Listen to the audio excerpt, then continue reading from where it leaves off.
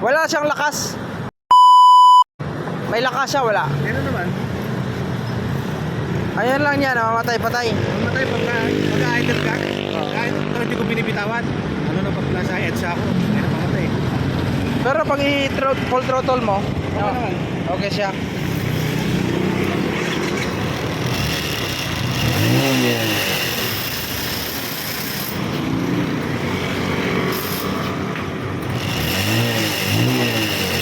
Hindi ka ba nagkaroon na encounter na mainit na yung makina tapos bigla kang tinirik? Nung tinirik ka, wala nangyari. Kusa lang siya namamatay. Pinaklining mo ng carburetor sa mekaniko. Cleaning carburetor lang.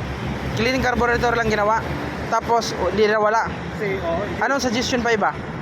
yun lang yung baka kailangan daw ng refreshment sa ibabaw. I-refresh? I-refresh daw. I-refresh. Pinalinis pa kasi, hindi na wala. Titingnan mo natin. Hindi mo natin sundin yung sinasabi ng mekaniko. Titingnan natin yung itutunan mo natin yung carburetor kung may problema. Kasi hindi naman napasukan to ng tubig, di ba? Sirado ba to lagi? Binilang ko ng ganito eh. Minsan kasi yan, kahit ganyan, ulan, malakas ang ulan, sumisingit. Meron pa rin. Tapos dito napasok. Na-cleaning ng tangke, cleaning nila hindi. Hindi. Di rin na cleaning. Ano nga oh? Pwede. Oh, maaari siya itong sa lakas ng ulan mo, sa ulan tapos napasok.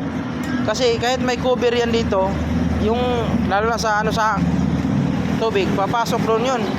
Kasi may nangyari itong ginawa namin, sirado. Pero bakit may tubig? Tubig. Naipon ba? Kaya ko lang kasi hindi ko na rin na... Oh, kasi di na cleaning. Cleaning man natin, wag tayo magbaklas para hindi gastos. Ang laki ng mags mo ah. Oo, pinakita ko ng C200. Anong motor yan? C200. Laki, hindi mabigat. Mabigat yun. Bigat na. Mabigat sa makina. Pero may mags na yun. Napalitan ko lang yung ano yan. Nagpalitan ko ng black, 150. Oo, pwede yan. Kasi kawawa yung 135. Oo, 150 tapos racing ka. Kapag talaga yan, pakit yung Oo.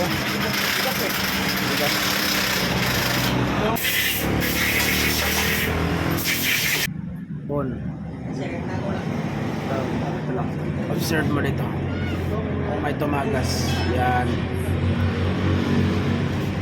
Mga ilang segundo. Pag wala na, okay na yan.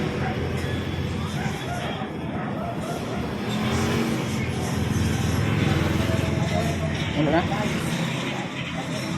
Very good. Wala na. Ayos na. Bantay putro pa kap. Check natin yung minor.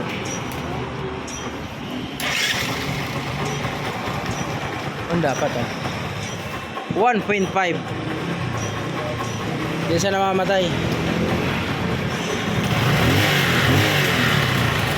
Dapat babagat. Ayan. Lagpas unti.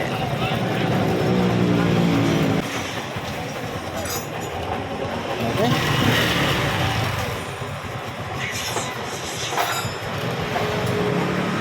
Okay na. Okay, ganun na. Ayos, wala na yung overflow. Ayos na. So, yun yung mga kapawis. Yun tong araw. Marami tayong na-encounter.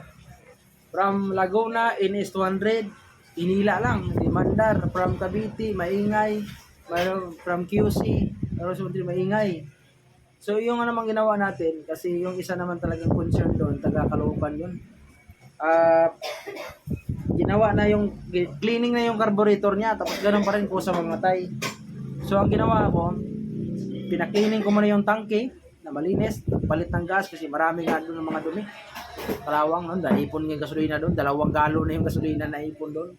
Ibang motor naman yung iba. Tapos, doon na-check ko yung 2 ignition coil na high tension wire. Ginaganyan ko lang spark plug cap, hindi ko na pinakita kasi sa busy kanina. Hinugot ko lang, tapos may problema kalawang, tapos may corrosion na yung isang high tension wire. Pinutol-putol ko lang para kakapit lang yung spark plug cap. Tapos check natin yung spark plug, okay naman. Tapos yung carburetor niya na overflow, tulad din sa isang customer, overflow din. Repair ko lang. Ngayon, ayos. Okay na yun. Sa lahat ng problema, hindi natin basta-basta talaga desisyon agad na ganun agon.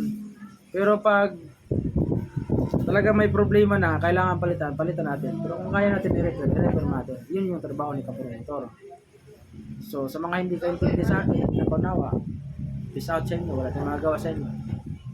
Pero sa malumapit sa akin ng paggawa, swerte kayo. Okay? Peace out. Shout out kay Sir Ronilo Catalbas.